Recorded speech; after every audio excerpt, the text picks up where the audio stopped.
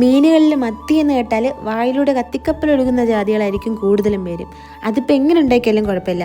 പൊരിച്ചോ കരിച്ചോ മൊരിച്ചോ കറി വെച്ചോ എങ്ങനെയാലും കുഴപ്പമില്ല.